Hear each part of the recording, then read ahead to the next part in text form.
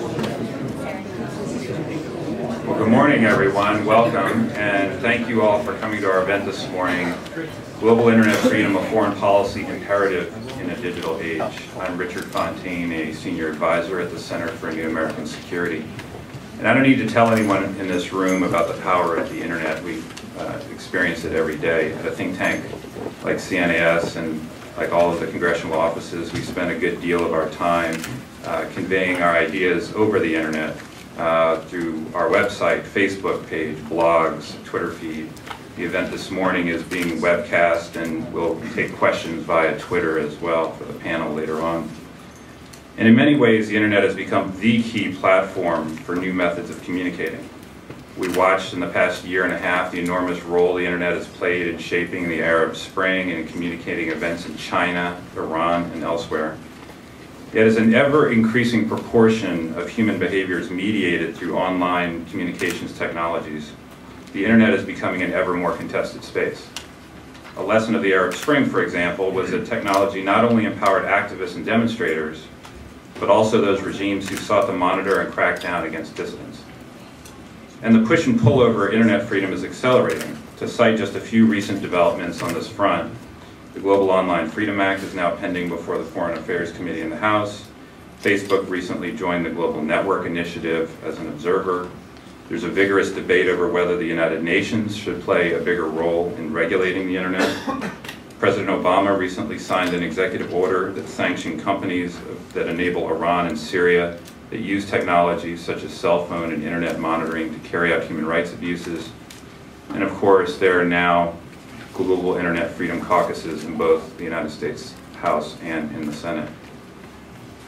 In this contested space, there's a real and growing sense that the cause of Internet freedom not only accords with America's deepest values of freedom of expression and assembly, but also is an expression of American soft power. At our think tank at CNAS, we've looked intensively at the key issues surrounding this newly important foreign policy issue. As with everything we try to do, we're bipartisan and pragmatic and harvest views from some of the best experts. So today, we're pleased to host a panel of some of those experts. We'll hear from Assistant Secretary of State for Democracy, Human Rights, and Labor, Michael Posner, as well as representatives from Google, Freedom House, and the New America Foundation. But to start things off, I'm very pleased and honored to welcome Senator Chris Coons and Congressman Chris Smith, who provide bipartisan leadership on this important issue.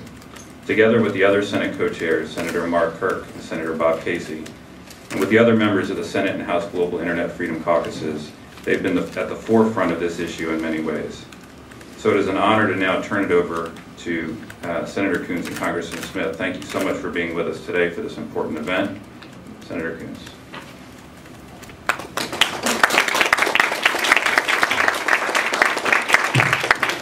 Thank you, Richard, for the warm introduction and for all your work on this critical issue, both at the Center for New American Security, or CNAS, and in your former role as Foreign Policy Advisor to Senator McCain. You've done a great job of building on the expertise you developed here on the Hill and playing a very constructive role at this important think tank. I want to thank CNAS for hosting this event examining global Internet freedom and for convening an impressive panel of experts to provide a broad perspective on U.S. policy in this area. CNAS is one of the premier institutions in Washington furthering a critical debate on national security and defense policies.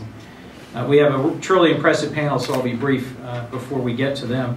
I'm pleased to thank, again, my friend Congressman Chris Smith, a passionate advocate for human rights who serves as my House counterpart not only here on the Global Internet Freedom Caucus, but also as the chair of the African Affairs Subcommittee. This week alone, Congressman Smith has joined me in the Senate for 2 events, and so the next time I'll have to come over to the House side and we'll do an event together in the House.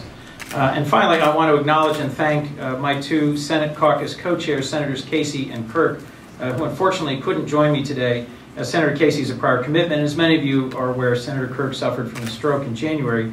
As Senator Kirk's friend and colleague, I deeply admire his courage, his commitment to his recovery, and look forward to his return to the Senate. Our thoughts and prayers are with Senator Kirk, his family, his staff, and all of his broad circle of admirers and supporters every day. His tireless commitment to national security continues through the effective work of his office, which played a critical role in organizing today's event. As many of you know, the Senate Global Internet Freedom Caucus was first launched in 2010 by my predecessor, Senator Kaufman, who worked in close partnership with Senator Brownback. And I'm proud that Senators Casey, Kirk, and I have continued this leadership on this critically important caucus, which seeks to promote the rights of all people to use the internet and other forms of technology to exercise basic freedoms and fundamental human rights. The caucus represents a bipartisan group of senators who seek to protect internet freedom globally and support ongoing U.S. efforts to train and equip people around the world to invade online repression. With nearly a third of mankind today online, the internet is the public square of the 21st century. It's the place where ideas are exchanged, viewpoints debated, where commerce takes place, and is absolutely central to our daily lives. It can be used as a tool of liberation, as we saw in the Arab Spring, and sadly also of ruthlessness and repression, as we continue to witness in countries like Iran and China and Syria. Governments which restrict access to the internet or practice online censorship, manipulation, and monitoring are denying their people fundamental rights of expression and association. And this behavior, sometimes carried out under the pretext of information security, is unconscionable and strongly condemned by the United States. As exercise of the values we hold dear as Americans, the right to free expression, free press, free assembly, have increasingly moved to the internet, we must continue to protect the right to connect as a U.S. foreign policy priority. Last year, Secretary Clinton reaffirmed the U.S. commitment to protect and defend a free and open internet as a platform for individuals to express their views freely. Since 2008, Congress has appropriated more than $70 million for programs to support the promotion of internet freedom, including online advocacy training, the development of circumvention technologies, and cyber self-defense training. And I strongly support this investment and hope it continues in years to come, especially as internet freedom is increasingly threatened by repressive regimes, and especially given the ongoing financial challenges and budgetary environment we face here in Washington. U.S. global advocacy in this issue is complicated somewhat by the false perception that internet freedom is at odds with domestic cybersecurity measures and the protection of American intellectual property. In fact, I view these policies as complementary, not contradictory. I wholeheartedly support internet freedom as a fundamental pillar of U.S. foreign policy, while at the same time supporting vigorous standards to protect intellectual property and a strong U.S. cybersecurity strategy. Internet freedom, the freedom to exchange thought, opinion, expression, and to organize for political, social, educational, religious goals, should not be restricted for law-abiding citizens in the U.S. or anywhere in the world. And along with my colleagues in the Global Senate Internet Freedom Caucus and my co-chairs, Senators Kirk and Casey, I look forward to continuing strong support for U.S. leadership and engagement in this critical foreign policy priority. Thank you again to CNAS and our esteemed panel for making today's event a success and for continuing the important dialogue on this issue. With that, I turn to my friend and co-chairman, Congressman Smith. Congressman.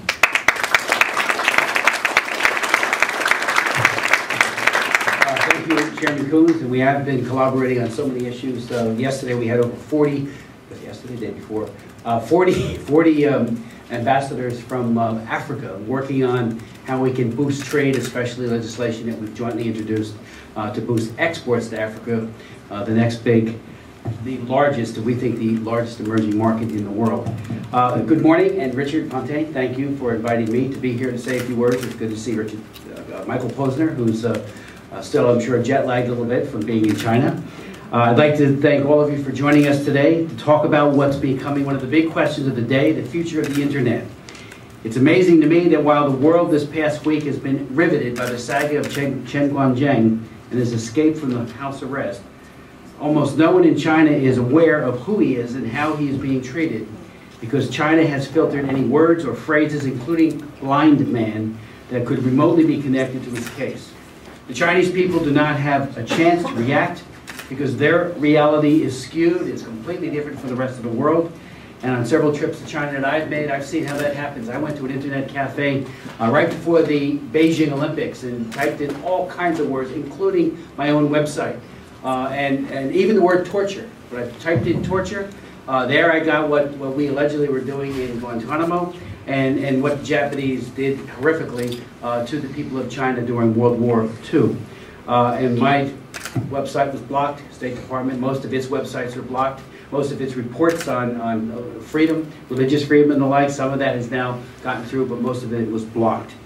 In 2006, I put together and chaired the first hearing on internet freedom in response to Yahoo's turning over of personally identifiable information of its email account of Shi Tao to the Chinese government, who tracked him down and sentenced him to 10 years for sending abroad emails that revealed the details of the Chinese government press controls, particularly as it related to the upcoming then Tiananmen Square remembrance that some human rights activists in China wanted to do, and this was coming from the government as what they couldn't do. He said that to an NGO in New York and got 10 years for it.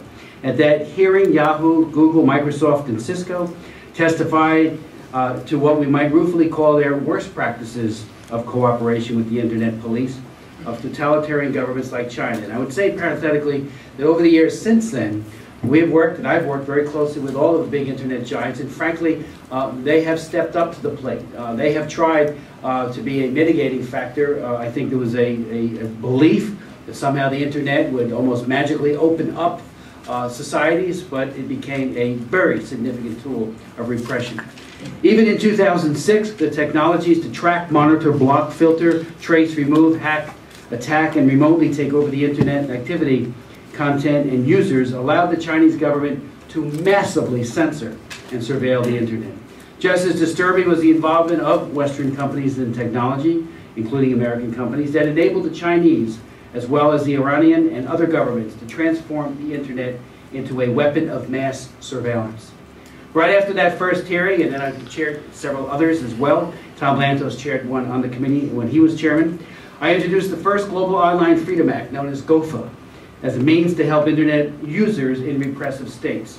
In 2008, the Global Online Freedom Act was passed by 3 House committees. Never made it to the floor, sadly. In December of last year, I introduced H.R. 3605, an updating of the Global Online Freedom Act that responds to the growing global use of the internet as a tool of censorship and surveillance. This legislation is now even more relevant because sadly over the past 6 years, since that first hearing, technological developments have given repressive governments even more control over the internet in their respective countries. In fact, a growing number of countries are transforming the internet from a freedom plaza into Big Brother's best friend. Reporters Without Borders recently listed the governments of Bahrain, Belarus, Burma, China, Cuba, Iran, North Korea, Saudi Arabia, Syria, Turkmenistan, Uzbekistan, and Vietnam as 2012's top enemies of the internet. In all of these countries, the internet is extremely tightly controlled, and most of these countries, it is accomplished with the cooperation of parts and technologies sold by American companies. The new GOFA has 3 provisions. First, it requires the State Department to identify by name internet restricting countries. This country designation will be useful not only in the diplomatic context in helping to advance internet freedom through naming and shaming countries, but will also provide U.S. technology companies with the information that they need to make good business decisions in difficult foreign markets. I would note parenthetically here that I fashioned the legislation after a law that I wrote in 2000 called the Trafficking Victims Protection Act, where countries are designated, and Religious Freedom does this as well. In 1998, a bill sponsored or a law by Frank Wolf, it designates countries based on criteria, and then we work from there. And hopefully that becomes part of a process of reform just by having that salient information and then reducing it to paper. Second, GOFA requires internet companies listed on U.S. stock exchanges to disclose to the Securities and Exchange Commission how they conduct their human rights due diligence, including how they collect and share personally identifiable information with repressive countries, and the steps that they take to notify users when they remove content or block access to content. This provision of the bill will help protect democratic activists and human rights defenders, and it will also hold internet companies accountable by creating a new transparency standard for this industry. And just as importantly, this provision will also require foreign internet service companies that are listed in the United States, including the big-name Chinese companies like Baidu and Sohu and Sina, to report this information as well. I'd note here that in addition to China, I've worked very closely with human rights activists in Vietnam. Matter of fact, I have a bill that's pending before the House called the Human Rights in Vietnam Act. I've gotten it passed twice in the past. Sadly, it dies in the Senate every time we pass it in the House. But from that work, I've gotten to know a lot of the bloggers and a lot of the human rights activists who use online as a means of passing on information. There was one particular man, and I met with his wife in Hanoi a few years ago. Her husband went online, took from the U.S. Department of State's, our embassy website in Hanoi, a essay called "What is Democracy?" translated into Vietnamese, posted it, and he went to jail for that. Thankfully, Yahoo has now said, well, we don't want to be a part of that, and moved information, personally identifiable information, out of Vietnam so that the secret police and the thugs don't have access to that. Because once they get one name, they get them all. You know, they may torture it as they do an individual to cough up names, but they also get every email they've ever sent, and that certainly opens up. One person's name leads to the other, and then they track them down and arrest them. And finally, in response to the numerous reports of U.S. technology being used to track or down or conduct surveillance of activists through the internet or mobile devices, this bill will prohibit the export of hardware or software that could be used for surveillance, tracking, blocking, and the like to the governments of internet restricting countries. Current export control laws do not take into account the human rights impact of these exports, and therefore do not create any incentive for U.S. companies to evaluate their role in, however unwittingly, assisting repressive regimes. This section will not only help stop the sale of these items to repressive governments, but will create an important foreign policy stance for the United States that will help ensure that dissidents abroad know that we are on their side and that U.S. businesses are not profiting from this repression. This export control law is long overdue. Right now, the State Department spends millions of dollars to develop and deploy circumvention tools and other technologies to help dissidents get information and to communicate safely. Truly, it is absurd for us to allow U.S. companies to export blocking and surveillance technologies to these countries, only to have the State Department then spend money to help dissidents get around those same technologies. I'd like to thank everyone who supported the Global Online Freedom Act, especially those that have released letters of support, including Yahoo, Freedom House, Amnesty International, Human Rights Watch, Access, and a group letter signed by 13 other leading human rights groups. The Global Online Freedom Act is designed to help ensure that U.S. companies are not complicit in the repression of human rights. We need to move now. We've already marked it up in my subcommittee, the Africa Global Health Global Human Rights Committee. It is pending before the full committee. It has been referred to a few other committees, obviously, and we're working very closely with Liliana Ross-Layton, the chairwoman of the committee, and Howard Berman has been outstanding in working with us on crafting language. So hopefully it will become law very soon. Thank you.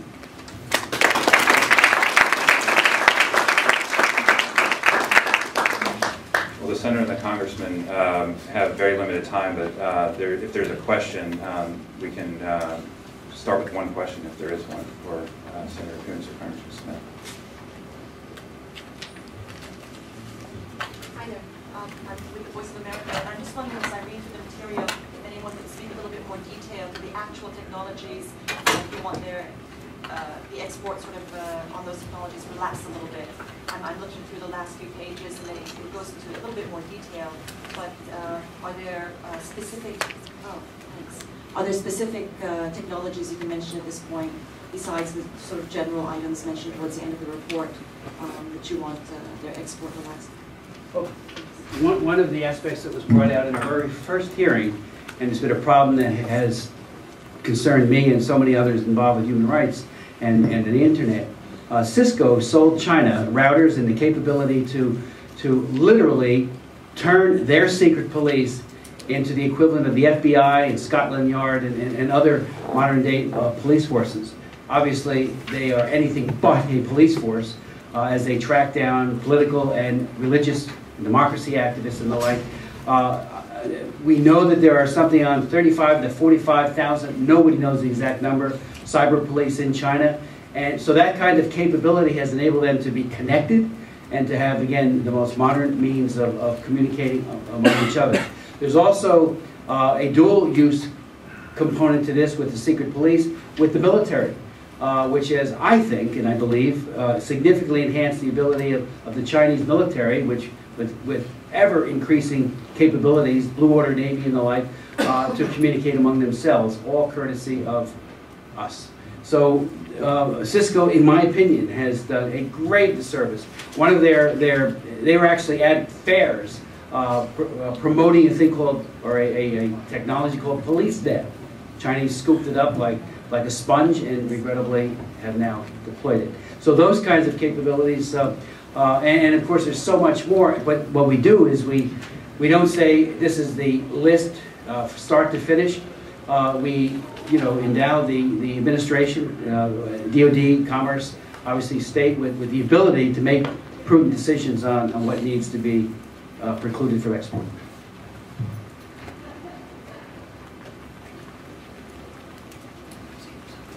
Senator Coons has other obligations, as almost always the case in the Senate, so he's going to leave us now, but we thank him very much for joining us.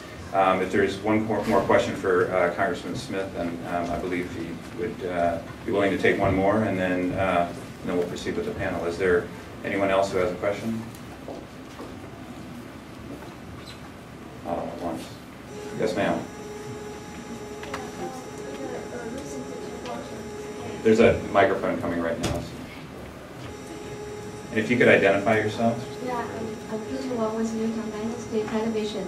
In the recent case of Chen Guocheng, the Chinese human rights attorney, we have seen that there are so many Chinese eager to know the information, and they try to break the internet or the Chinese blockade and try to get the information. So the Chinese authority launched another round of cyber attack to the independent media, like our TV station outside China. So, what do you think the government should do to help support such independent media or against such cyber attack? Well, I think, as I at least inferred in my comments, money has been appropriated. Congressman Frank Wolf actually shepherded legislation through that provided money for circumvention technologies. I know the Falun Gong and others have developed a very sophisticated. I spent 3 hours once with some of their people who went through how they're able to pierce the Great Wall, the firewall that has been erected around China, and it's amazing how much does get through despite every effort of the Chinese government to stop it. But unfortunately, China probably has more internet users than any other country in the world. The majority of people, the university students, the people who are being propagandized 24/7 by their own government, are not getting unfettered and unfiltered information. And nothing would be worse than when there's a dissident like Chen Guocheng and others, because they go all out and they enhance their ability to block. But there are technologies available. I know State, Michael Posner will probably speak to it, that are ever being developed to pierce it and to try to stop it. And one thing I learned, and I'm not sure because but when you do a Google hit, for example, you get all the hits. You just can't go there. So in a way, the blank page, not blank, the page after page where the link you click on and nothing happens, just hopefully begs the question among an inquiring mind, why can't I go there? But I worry about how an entire generation of individuals get propagandized. And again, nobody does propaganda better than the Chinese dictatorship. They're gruff and they're very mean-spirited towards the dissidents. We all know that. But their propagandists are very effective in distracting from what they do and putting the blame everywhere else. So we need to do more on that, and I'm sure Michael will speak to that. Circumvention. But that's again why, since the internet is ever evolving, why we need to have in place a very robust law and policy that goes after, that really is serious about export controls. During the worst days of apartheid, we obviously, and I voted for sanctions on apartheid, and one of the few Republicans who did, but I felt, others thought another means to an end was the way to go. But we had export controls on batons, on police equipment. We do that with tasers now, as we should, to Belarus and places of that kind where the secret police bully people. This is a sophisticated means of repression. And I think that's where there's been a learning curve on the part of the big IT companies who originally, honestly and truly, I believe, thought that they are on the side of opening up China And unfortunately, other voices in China had a different vision, and it was to repress.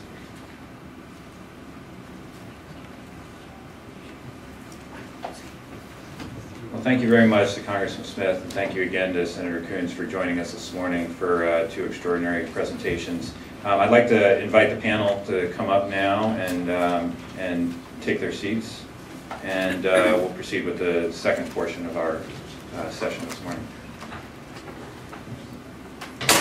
Well, we're privileged to have this morning a number of true experts in the area of internet freedom. I'm going to just very briefly introduce the panel here and then ask several questions to get the conversation started, and then after we do that, we'll open it up to the floor for Q&A from the audience. As we said before, there are microphones going around. We're also taking questions via Twitter, so I'm told the hashtag is internet freedom. So if there are those watching this via webcast and have a question, you can tweet it, and we'll try to get it in. We'll offer very brief introductions here. To my immediate left, Michael Posner is the Assistant Secretary of State for Democracy, Human Rights, and Labor, and has a vast background in the area of internet freedom as well as many other areas, and has been busy lately with all kinds of issues, and we appreciate him making the time to be here this morning. Daniel Kalengart is the Vice President of Policy and External Affairs at Freedom House and has written widely on issues of internet freedom, including about what the United States should be doing in terms of getting its own house in order, as well as what's happening in other countries. Pablo Chavez is a Senior Policy Counsel for Google and has been involved in this issue from the private sector standpoint for a number of years now. And Rebecca McKinnon, who I believe is straight off a plane and is here despite jet lag, and we appreciate that, is a senior fellow at the New America Foundation and author of the still new book, Consent of the Networked. So I'd like to direct my first question to Assistant Secretary Posner. As the Senator and the Congressman both pointed out, the State Department has been increasingly active in promoting internet freedom over the last couple of years. The Secretary of State has given a series of speeches.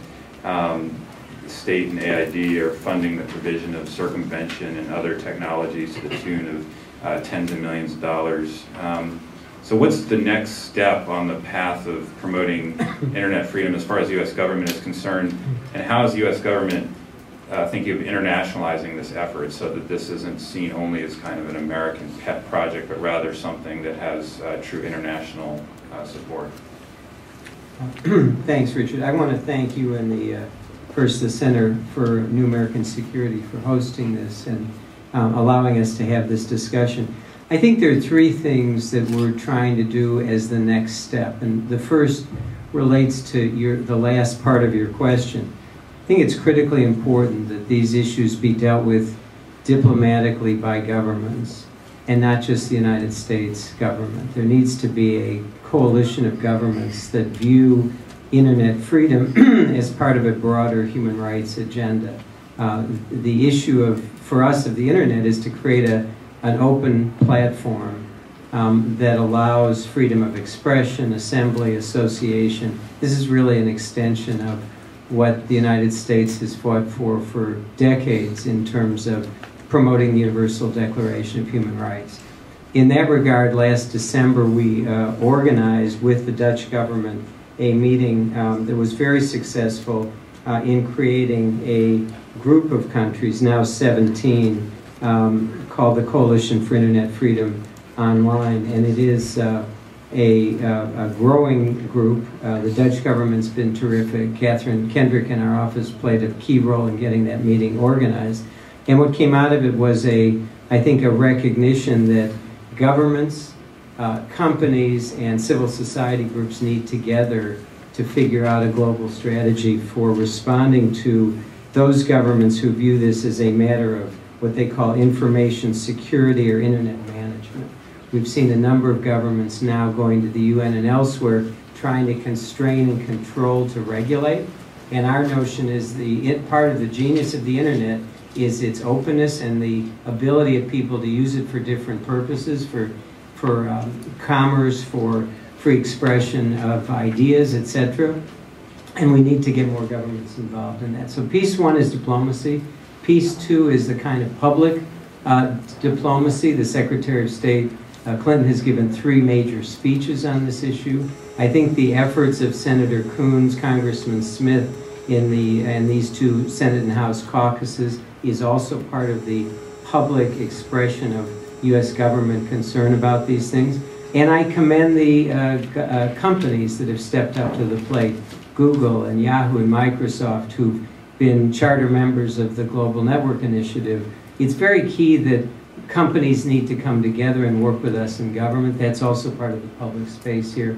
And finally, we will continue to be engaged. We're spending roughly $25 million a year in various forms of programming for new technologies, but also to help keep the internet safe for activists who are under all kinds of threats from governments that want to shut them down. Well, thank you very much. Daniel, if I can ask you about the role of the Congress. You've written a lot about various things that the United States can do, not just the executive branch, but the Congress. And for the record, I should say, our CNAS doesn't take any position on any particular piece of legislation or anything else. So I'll just preface that. But what is the role of the Congress in all of this?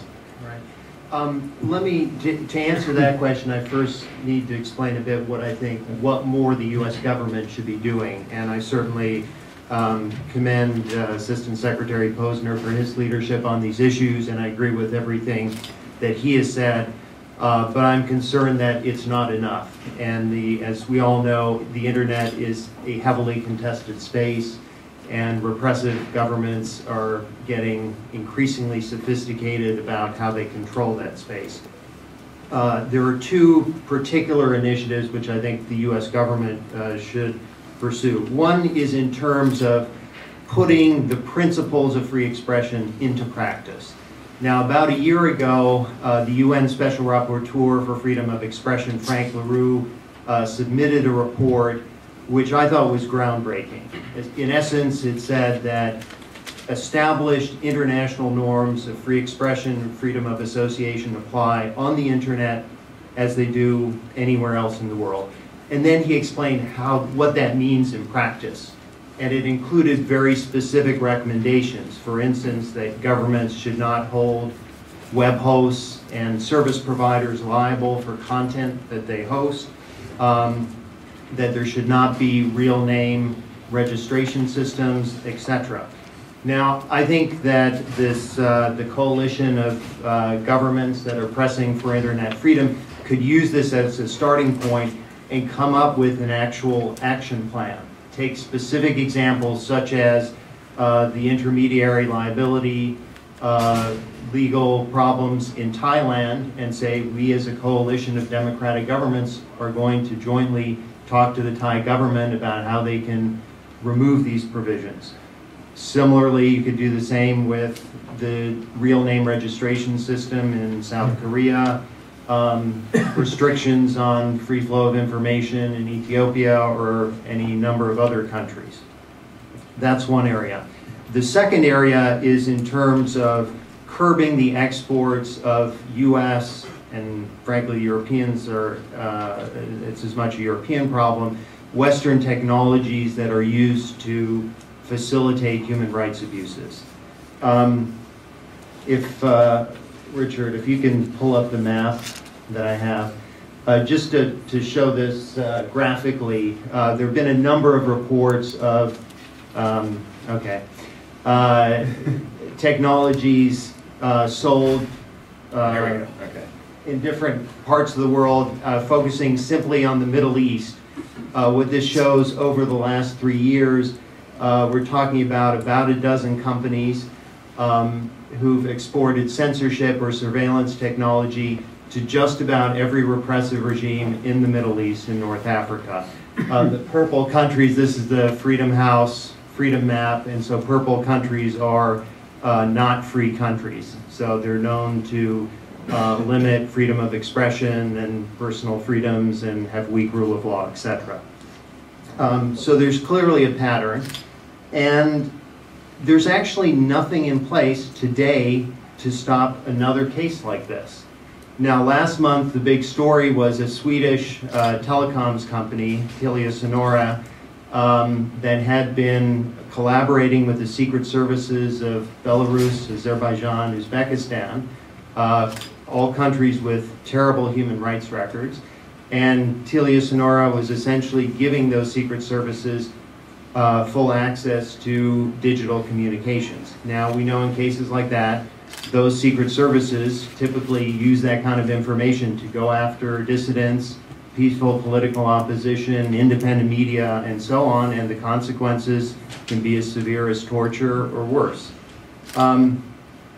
That was last month's story, but again, there's nothing in place today that can stop that kind of thing happening again with another US firm or a European firm. So I think I'll stop there. Thanks.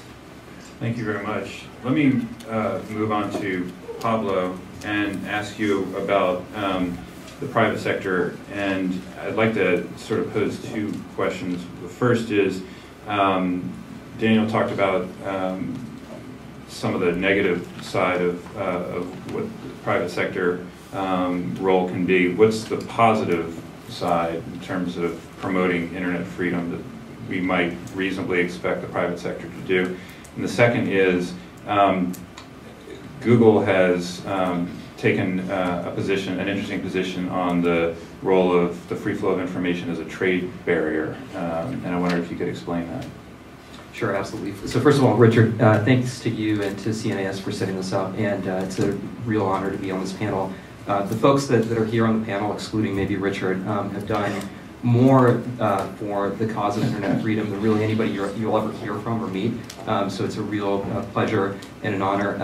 Also, thanks very much to Congressman Smith, Senator Coons for their leadership of the Internet Freedom Caucuses. Critical for the U.S. Congress to be involved in this.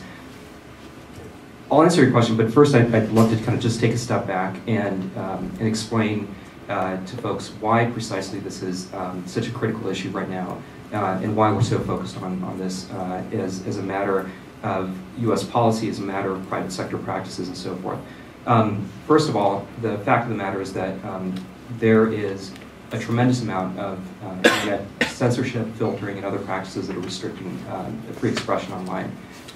The Open Net Initiative, which is a research organization funded in part by Harvard and by the University of Toronto, estimates that there's about 20 plus countries that are wholesale filtering the internet. That really translates into about 31% of the world's online population that lives under an internet restricted regime, which is a pretty incredible statistic. In Google's case, I can give you a number of examples of our services being blocked throughout the world. Focusing on YouTube specifically, since 2007, we have had YouTube blocked by 15 countries. Again, something that we're not used to seeing in the United States, we see throughout the world. So this is an increasingly difficult problem, especially when you have what CNAS calls the global swing states. We're not really talking here about modifying the behavior of the extremes. What we're talking about is emerging democracies and others in other countries that are really thinking about how to formulate internet policy and really whether they're going to be on the side of a free and open internet or a more restricted model that we see in other countries. Secondly, along those same lines and maybe more concretely, there's an organization called the International Telecommunications Union that's affiliated with the United Nations that is looking at updating an international telecommunications treaty at the end of this year, in December, in Dubai. That treaty hasn't been updated since 1988, well before the advent of the commercial internet, and so there's an effort to update that. Unfortunately, that effort also potentially involves restrictions on content and speech online. That's coming up in December, so very, very critical time to be thinking about those things. Thirdly, and this gets more directly to your question, Richard, we are seeing that in addition to the human rights component of this debate, which is very, very important, there's an economic component to the debate. And so we have really been focused, at Google and other companies and the industry more broadly, has been focused on the notion of characterizing internet censorship as really a non-tariff trade barrier. So we're looking at forums and vehicles like, for example, the Trans-Pacific Partnership, which is actually currently being negotiated, I believe, in Dallas. This is the 12th round of negotiation. We're working, and I know that USTR has been very focused on the notion of including free flow of information language in that. That's critically important, not just in the United States, where the information economy and the internet are so critical, but also to the world. Just to give you a sense, when Egypt shut down the internet in January of last year, they shut it down for just shy of a week. The OECD came up, estimated that cost the economy, the Egyptian economy alone, about $90 million, so roughly $18 million a day. So if you were to annualize that, that's a very, very significant number, and it just demonstrates the economic impact of censoring the internet. So hopefully, Richard, that addresses that point. I'm happy to discuss it in detail as well. Thanks. Rebecca, I think I saw you nodding your head on the ITU thing, so if you have anything to add to that, I'd love to hear that. But I'd also, you've written a lot about America kind of getting its own house in order on internet freedom issues at home and the relationship between our domestic legislation, regulations, and so forth, and what we're trying to do in terms of promoting internet freedom abroad, and I wonder if you might address that. Sure, yeah. Well, to tie this into the global context as well, if you look at what's going on in Egypt and Tunisia currently, yes, we had 2 revolutions, but we also have a situation in which the democratically elected legislature in Tunisia and the transitional assembly in Egypt, which is tasked with writing the constitution, politicians who were elected to these bodies, many of them were elected on a pro-censorship platform from conservative constituencies that are concerned about children accessing pornography, concerned about the need to maintain certain values within an Islamic society. And so on. And the activists who were a very critical part of the revolutions in Egypt and Tunisia, for the most part, are not involved with the political process and are facing a potential situation where censorship in Tunisia, you know, there's been sort of a battle in the court to prevent censorship from being reinstated, but politically this is a seriously uphill battle that may not be won by the anti-censorship camp. And in Egypt, similarly, there's a very strong push to institute censorship that didn't actually exist before. So we face the challenge in transitional regimes of what do you do when democratically elected legislators institute censorship mechanisms and claim that, well, this is based on consent of our constituency. And then how do you, of course, prevent those mechanisms from being abused beyond what was perhaps claimed to be a narrow mandate in the first place? You also have an issue in both Tunisia and Egypt with surveillance mechanisms. And in Egypt, if you talk to activists there, they'll point out that surveillance technologies that were under use by the Mubarak regime continue to be in use under the transitional military government, many of those technologies coming from the United States and Europe, as Daniel's organization and many others have documented. In Tunisia as well, you have a Tunisian internet agency that is fighting to try and institute itself as a neutral conduit between government and people and not be abused in the name of law enforcement by whoever won the last election. And there's a real question of how do you ensure that mechanisms of censorship and surveillance, even if they're put in place based on a public interest mandate at the behest of democratically elected politicians, how do you make sure those mechanisms don't get abused against political minorities and opposition? And when you, again, talk to activists and they're looking to the United States, and they look at the surveillance that is taking place in this country, when they look at laws like the bill CISPA that was recently passed in the House, which would enable greater information sharing between private sector and the NSA and other government agencies, but real concern about accountability mechanisms put in place. There is a concern that democratic countries are failing to get the balance right between the need for security and law enforcement on the one hand, but ensuring that power as exercised in digital spaces is held sufficiently accountable. And that when abuse happens, do we have the institutions and the mechanisms in place to hold the abusers accountable? And if democratic societies are not able to get those mechanisms right, and if we're just sort of counting on our culture, our political culture to keep abuses from going off the rails, are we actually putting in place international norms that then countries, governments around the world are saying, well, in the United States, they don't need accountability, so why do we? We need to protect our networks every much as the Americans do. And so it's really essential that in democratic societies, we get this right. It's a difficult balance. How do you make sure that you protect networks, that you fight crime, that you protect property on our digital networks, but you make sure that the checks and balances, both technically and legally, are sufficient to prevent abuse. And we haven't figured out how to get that right in this country. And if we don't manage to get it right in this country, it's going to be much harder for anybody else to get it right. And it's going to be much easier for, in transitional democracies, when extremists win elections, or not even so transitional democracies, let's say in Europe, when things get destabilized in a particular country, extremists win an election, the censorship and surveillance mechanisms that have been voted into place by democratically elected parliaments do not have sufficient mechanisms to prevent abuse. And that kind of helps to tip the scales against freedom. So I guess I would just close with the point that, you know, internet freedom really has two components. And the easiest component is freedom to connect. The free flow of information. I mean, that's hard enough, but that's kind of the easiest part. If we don't have freedom from fear, if people do not feel that they are sufficiently protected, they have sufficient recourse against unaccountable political surveillance, unaccountable abuse of surveillance mechanisms, we don't have actually internet freedom. We have something else.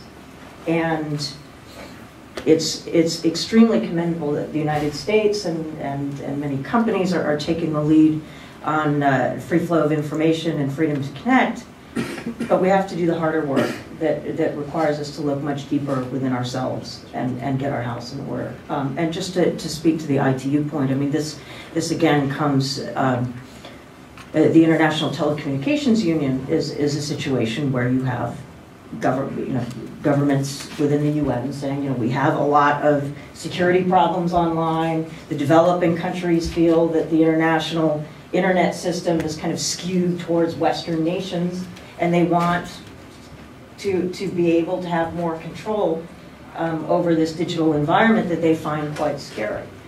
And it's essential, I think, to bring in, not only a coalition of democracies to kind of push for the right values, but also to bring in civil society. Because what you're seeing in a lot of developing countries, a lot of countries that do not have a free internet, you have groups, activist groups, civil society groups that very much want to work with the international community to ensure that they have the digital rights and protections that everybody's fighting for. And we need to find ways to empower these groups as well. And we're saying that some of these groups in Pakistan and India are actually making inroads against efforts by their governments to surveil and censor the internet. And we need to find a way to enable these groups to be better heard and not just having Westerners talk about, sort of what's best for everyone else. Thank you. I'm going to go to the audience in just a minute, but I want to give Mike a chance to make a comment or two. Just one comment on Rebecca's last point. One of the things that I've observed is that governments, when governments come together, their inclination, they have two inclinations. One is to talk to each other, and the second is to try to find a way to come up with resolutions or regulations. That's just what governments do, and I'm not just talking about governments that are the likely suspects in terms of wanting to, control the internet or promote fear. We are in an environment where there is a new beast out there called the internet, and everybody's trying to figure out what to do with it. And so I think there's a real need, and this is really echoing something Rebecca said, for us to be thinking about a new way of conducting global affairs that really is multi-stakeholder. And we've pushed hard for this. The Dutch, the Swedes, and others are with us, the Canadians. But some of our European friends are not there yet. Our notion is this is not just, the internet is owned by everyone. It's not just governments. It's not just the private sector, but they need to play a part. And it's also civil society. So coming up for a way to deal with a range of truly complicated issues that engage not only governments, but the private sector and civil society is a huge challenge, and it's a new paradigm. It's not the way the world has operated, but I think in this space in particular, if we don't operate that way, we're likely to see a number of unfortunate consequences. Thanks. Let's go to the audience. If you have a question, please identify yourself, and if it's addressed to a specific panel member, then please say so, and if not, then we'll throw it open. Yes, sir. There's a microphone coming around. Adam Powell from the University of Southern California. Other countries and leaders have been quite explicit over the last some months about the ITU agreement, the ITU negotiation coming up. Vladimir Putin saying that this is his opportunity to control the internet. Since these are fairly publicly explicitly stated, what measures or what proposals would the United States or the coalition have to combat these plans? Well, I think between now and December there will be a range of preparatory meetings and discussions, but this is very much what I was saying a moment ago. I think we're all conscious of the desire by a number of governments to use the ITU forum and the review of these standards as a way of constraining the openness and the accessibility of the internet. We are certainly going to take a very different position, but the key is to engage a range of governments that are going to be part of those negotiations and make sure that we make the case for the value of the internet as an open, neutral platform. It affects commerce, as was suggested. It affects education and innovation. It has a range of uses that are valuable to countries across the globe. One of the things that was interesting in the meeting in The Hague in December was that we didn't just have Western governments there. We had the Kenyans there describing their potential as a leader in promoting internet freedom within Africa. We had the Mongolians there. We had a number of other governments. And so I think part of our challenge is to get enough of a coalition together who share our view of this to basically prevail in what will be a contentious discussion. Yes, sir, over here. Tomorrow with the Center for Strategic and International Studies, also with regard to ITU, and I'd have two questions, one for Mr. Posner and one for Ms. McKinnon. The ITU battle is not a new battle. We've already seen that the EU had some reservations at the Tunis agenda. It's India, Brazil, and South Africa submitted their own proposals. So it's not just the US versus Russia and China. So it's a much more nuanced picture. So my question would be, one, what is the strategy of the US administration to get those swing states, as we've heard before, to get on board, and those European countries that were already had concerns a couple of years ago? And then for Ms. McKinnon, it seems to me that there, with regard to the NGO community, there are two camps. There are those who were traditional human rights organizations and are now moving into the tech world, and the old tech NGOs who are now moving into the HR world. the human rights world. So what are the strategies to get those two camps together so that they're a unified coalition with that regard? Thank you. On the first question, I don't think I have much to add to what I've said. It's not unusual for us to be in a place where we're trying to persuade governments like Brazil or South Africa or India to come along with us. We have these discussions all the time on a range of issues that relate to human rights and other issues. Our goal and our objective here is to be expansive, persuasive, and diplomatically smart, to find our allies that are outside of the West, and to really make the case, which I think is right, that it's in the national interest of a majority of states that there be a more open and free internet that serves their national interests. If countries want to compete in the 21st century, politically, diplomatically, economically, they benefit by having an open internet. And so that's the case we'll make. We'll try to get a majority with us.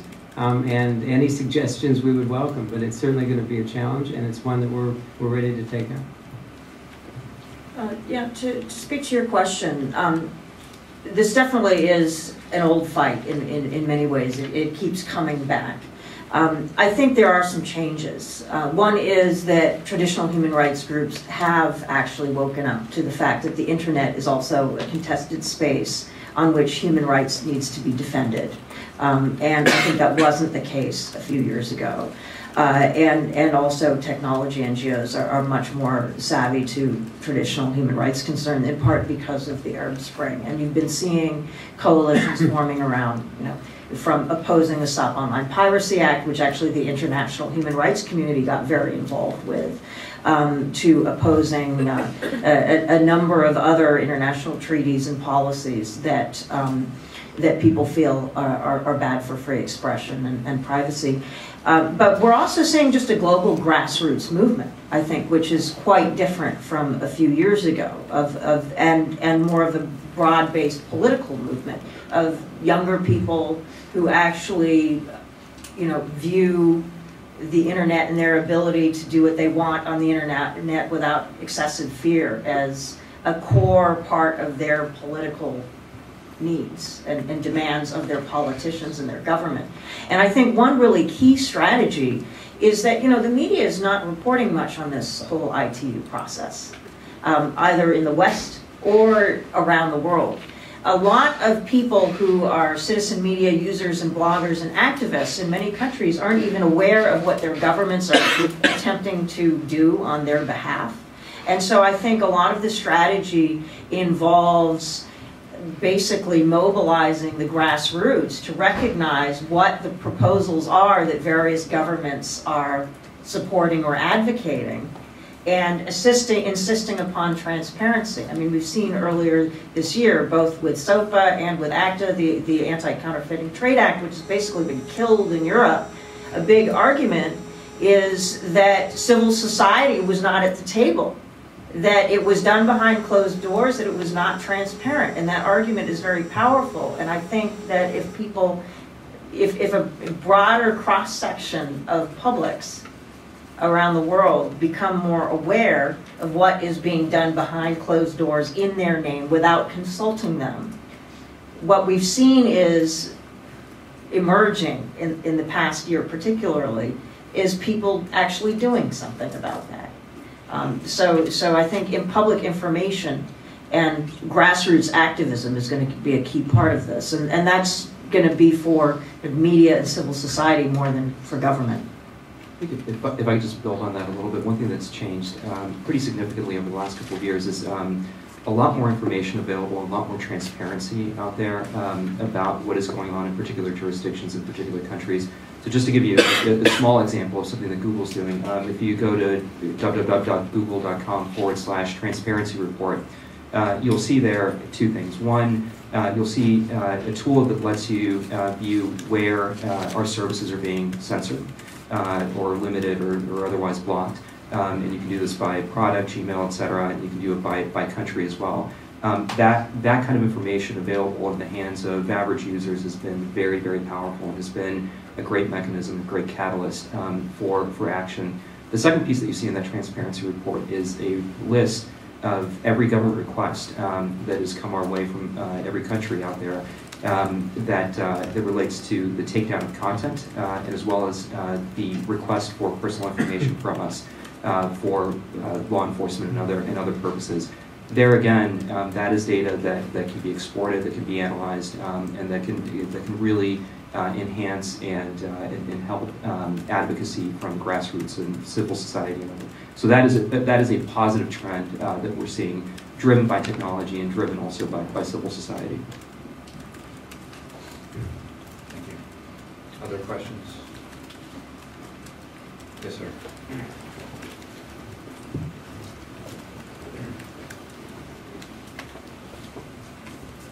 Good morning. I'm Thomas Pera with the Walt Disney Company, and I happen to be based in Brussels. I'm visiting Washington this week for other reasons. I just want to point out something, is that I hear in Brussels the exact similar debates in the European Parliament. There is a growing awareness that this is a key issue. So I would really encourage, I know that you are doing that at the US government, but ready to work with the EU more closely on that, simply for one reason: we share the same basic democratic values when it comes to the online world or the offline world. It's, I mean, our common heritage. And as you may know, there is the EU no disconnect strategy that just been launched a few months ago. It's still in its infancy, but it's more or less the same thing. And back to your point about Telia Sonera, I was in the Stockholm Internet Forum a few days ago, and at the same time the Swedish Prime Minister, Mr. Bildt, was saying nice things about net freedom. Telia Sonera, a Swedish company, was blasted in the media for doing exactly the opposite. So there's still a lot of work to do. So the first point is about more cooperation. The second point is also about the ITU and the wikis at the end of the year, and also the same. I think if we, EU and US, come together with some type of harmonized position, it will help. And it's not us against the rest of the world. And to Rebecca's point, I agree. It's not about us, telling the others what they have to do, but if, because of our common cultural and values heritage, we can come with some concrete position together, we could help sway those swing states that are very critical to the internet future. And the last point is that, as was mentioned, this is not only about online freedom, it's about also e-commerce. And at the time that in Europe, the economy is pretty bad, to be clear, everybody's looking at job and innovation and wealth creation. E-commerce is obviously one of the key ways to go forward. So it's, I mean, I'm urging policymakers in Brussels and here as well to always keep in mind that this is also about job and wealth and growth, and we need it pretty badly. Most of the Europe, I think. Thank you. Thank you very much. Anybody want to pick up on this? I just want to pick up on your last point in terms of cooperation and speak. We are in touch and spend a lot of time talking with the EU, which is sometimes a complicated thing to figure out who's actually doing what. But on the corporate side, one of the things that I mentioned earlier that I just want to elaborate in 2 sentences. We are not advocating for the GNI or any other, the Global Network Initiative or any other mechanism. What we are eager to do is to see companies working together on a shared strategy and developing best practices and coming to us in a coordinated way. And again, I commend Google, Microsoft, Yahoo. Now Facebook's joined as an observer of the GNI. I think there is a value in also linking up with the telecoms, with the mobile phone providers. In the initial negotiations in the GNI, a number of European and American telephone providers were part of that discussion. It really is critical now. There's something like 800 million people with cell phones in China, several billion in the world. The estimate is that there are going to be 5 billion people using cell phones. A lot of this discussion is now not just about computers, it's about phones. And it's really important that we think about what's industry's role, what are the best practices, how does industry work with government in a concerted way, again, to make this discussion, make us all more effective in what we're trying to do. When a company like Google says we're going to have more transparency, that's a best practice. How do we get other companies to do the same? How do we get companies together to come to us as a government or to the EU and say, we have a common problem, let's try to solve it. So that's our interest in trying to get a concerted effort within the private sector so that we can work in a more efficient way. Rebecca? Yeah, well, I agree with Mike. I mean, the toughest problems, particularly of surveillance collaboration between companies and repressive regimes or quasi-repressive regimes, is definitely the telecommunications sector, as this gentleman mentioned of TeliaSonera. The Sonera clearly shows. I mean, people got questioned just because they voted for, in Azerbaijan, just because they voted via text message for an Armenian song in the Eurovision contest in 2009. I mean, total blanket surveillance going on with the collaboration of these companies. And, you know, I'm on the board of the Global Network Initiative, which, for those of you not familiar with it, is a multi-stakeholder effort to bring companies together with human rights groups, with socially responsible investors and academics, to not only get companies to pledge to uphold core principles on free expression and privacy, but to be accountable to those pledges. Because, you know, it's sort of trust but verify. I mean, companies can say they're doing this, that, and the other, but how do you know they really are?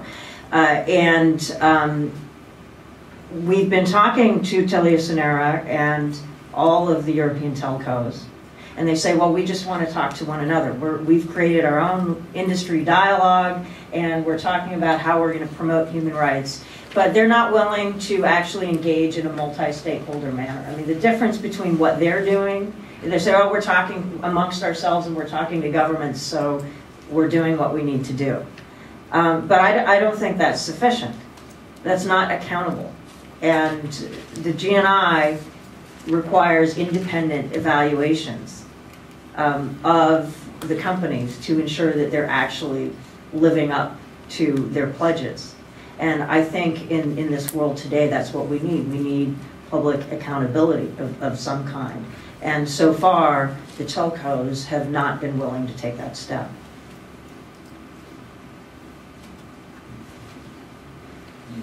Yes, sir, right here. Hi, good morning. Daniel Abram with Deloitte. And as we know, those standing for democracy and, are not the only ones with an active stake in an open internet. Other organizations like Al-Qaeda, for instance, use open internet all the time to release recruitment videos, release magazines around the globe. So how do we push for more open internet across the board while still battling terrorism? And this is for the entire panel. Just to add to that, at CNAS we did two parallel projects, one on internet freedom and one on cybersecurity. And I was struck by the sessions on cybersecurity on the emphasis on knowing what people were doing on the internet so that people couldn't hurt you, and, you know, attribution and stuff. And then in the sessions on internet freedom, the emphasis on not knowing what people are doing on the internet and not having attribution and having anonymity so that people will have the freedom to do online what they want to do online. So there certainly seems to be some tension there. But Rebecca and well, you know, this is not a new problem. This is an age-old problem ever since we moved away from having monarchies into more democratic forms of governance, right? I mean, there's always a tension between the need for security and the need for freedom, and also to ensure that what's being done in the name of people actually is being done with their consent, right? And so you're not going to resolve this problem ever. We don't resolve it offline, right? In the United States, we have a system and mechanisms, both legal, political, and otherwise, to kind of keep this tension going back and forth, but not going off the rails in one direction or the other.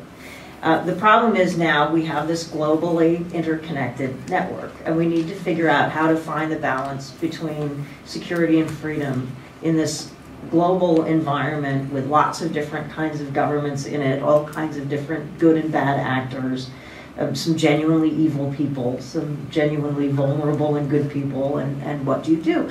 And, you know, you're not going to fix the problem any more than you fix it in the offline space. I mean, if you want 0% crime in Washington, D.C., you can have 0% crime, but at what cost? It'll be Pyongyang, right? So, I mean, there are always these trade-offs.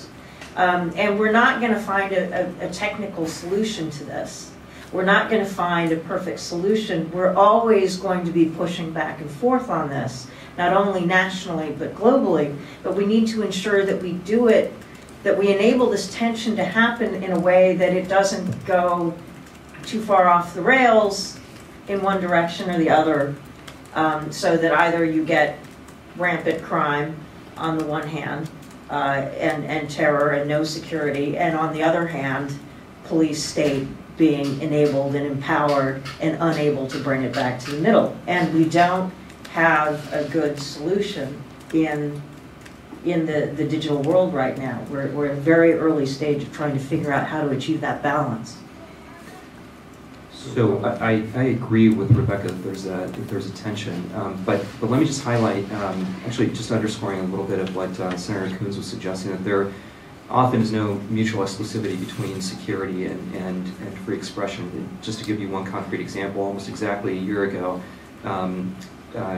Google disclosed that there had been a number of phishing attacks against Gmail accounts that were primarily targeted at Chinese dissidents, activists, some U.S. government officials. We attempted to be very transparent. We attempted to provide information about how to change your password, how to know if your account had been intruded upon, and so forth. But the reason why we were able to detect those attacks was simply because we have a sophisticated security system to protect our networks and protect the integrity of the networks. So there, you actually have an example where protecting security and enhancing cybersecurity was actually enhancing a free expression because it was protecting the private communications of people who are very, very involved in free expression. So there are examples where the two are really building upon each other rather than mutually exclusive. I was going to make actually a larger point that in many of the issues we're talking about, I think it's critical to keep in mind the differences of operating in a free society with rule of law and accountable institutions versus those countries that aren't. So for instance, you're talking about surveillance technologies. What is appropriate for the United States or Germany is very likely to be an instrument of abuse elsewhere. And the classic example is the Nokia Siemens monitoring center, which was sold to Iran a few years ago. That was perfectly appropriate for Germany, where you have a free media to expose abuses, you have a court system, you have oversight. Of course, abuses can still happen in Germany, in the U.S., and anywhere, but there are institutions to limit that and control it, whereas the very same technologies in the hands of a regime that are abusing human rights are likely to use that technology to abuse it. Just to add a bureaucratic footnote, it won't surprise anybody in this room that the U.S. government's not a monolith, and there are a range of interests, which are legitimate interests. Intelligence gathering and security, law enforcement, commercial applications, privacy, internet freedom, and human rights. And the best thing that we can do and should be doing is making sure that all of those interests are adequately represented and that there's an interaction between them. And so within the State Department, in the last year, we've created a cyber office, which is intended within the foreign policy side to bring those interests all under one constellation. Chris Painter is running that office. And then there is now an interagency process run out of the White House where we do meet and we discuss these things. There are obviously different legitimate interests of the government. It's important that we recognize those and try to rationalize our policies in a way that make them both law-based and also understandable to the rest of the world. The other thing that I think you could add when you're talking about something like Al-Qaeda specifically is, Al-Qaeda has all kinds of tools itself that it uses online to communicate. So when we're talking about promoting internet freedom, I'm not sure that that is actively aiding with, say, the kind of communications tools that the State Department AID are providing Al-Qaeda when they have the ability to use botnets, and there was a Mujahideen Secrets, an Al-Qaeda encrypted communication tool, and other illicit tools that they have available or that they're developing for their own use. So I think that's worth keeping in mind as well. I think we have time for maybe one more question, if there is one more question. Yes, ma'am. So, Richard, you seem to be saying in the report that you... can you wait for the microphone here? And Please identify yourself. Oh, Mona Rabi again with Voice of America. Oh, yeah. You seem to be saying in your report that to some degree your group is not entirely happy with the State Department or the administration's approach to internet freedom. At some point you say the messaging from the Secretary isn't really clear. Could you elaborate on that? What for you is still weak in that message? And then could Secretary Posner respond to that? Oh, wow. Okay. One more question.